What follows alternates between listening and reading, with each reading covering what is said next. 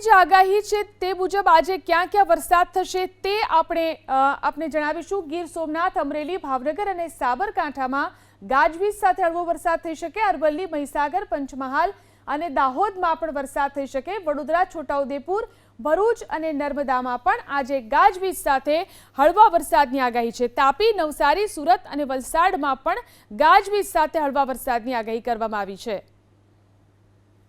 હવામાનની જે આગાહી છે તે મુજબ આજે ક્યાં ક્યાં વરસાદ થશે તે આપણે જણાવીશું। ગીર સોમનાથ, અમરેલી, ભાવનગર અને સાબરકાંઠામાં ગાજવીજ સાથે હળવો વરસાદ થઈ શકે। અરવલ્લી, મહીસાગર, પંચમહાલ અને દાહોદમાં પણ વરસાદ થઈ શકે। વડોદરા, છોટાઉદેપુર, ભરૂચ અને નર્મદામાં પણ આજે ગાજવીજ સાથે હળવા વરસાદની આગાહી છે। તાપી, નવસારી, સુરત અને વલસાડમાં પણ ગાજવીજ સાથે હળવા વરસાદની આગાહી કરવામાં આવી છે।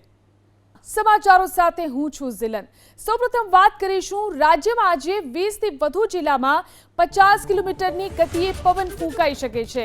આ આગાહી કરી છે રાજ્યના હવામાન વિભાગે। હવામાન વિભાગના મતે આજથી રાજ્યમાં તબક્કાવાર વરસાદનું જોર ઘટશે, એટલે કે હજુ 2 દિવસ રાજ્યમાં છૂટો છવાયો વરસાદ વરસશે, પરંતુ ક્યાંય પણ ભારે વરસાદ નહીં થાય। તો રવિવારથી રાજ્યમાં વરસાદની કોઈ સંભાવના નથી।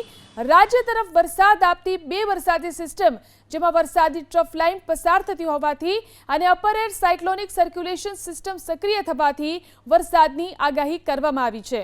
તો માછીમારોને હજુ 5 દિવસ દરિયો ન ખેડવાની સૂચના અપાઈ છે।